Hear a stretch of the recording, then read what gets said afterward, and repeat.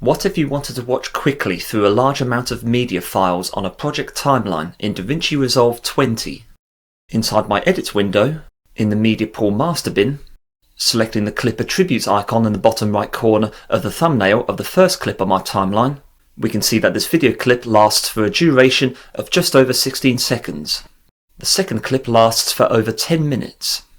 When pressing the play button or L on your keyboard, the playback is in normal time.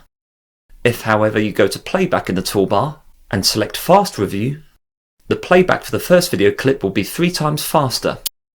If I continue the fast review playback into the second clip now, we can now see that the playback is now 16 times faster, which may result in certain visual or audio elements being skipped or uninterpretable.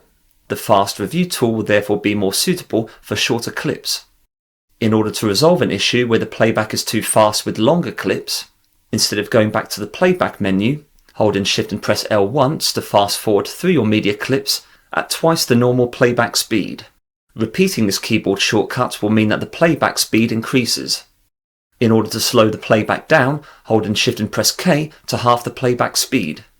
To do a fast review backwards, hold in Shift and press J.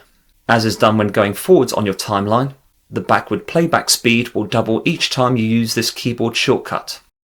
If you wish for the playback to stop and for the red playhead to go back to the position where you originally started your fast review from, ensure that stop and go to last position is ticked in the playback menu. If we now start at 30 seconds here on the timeline, for example, and hold in Shift and press J, then press space, the playback stops and the playhead goes back to the 30-second mark. This technique also works when fast forwarding through your timeline. I hope that those tips were useful to you. Thank you very much for watching.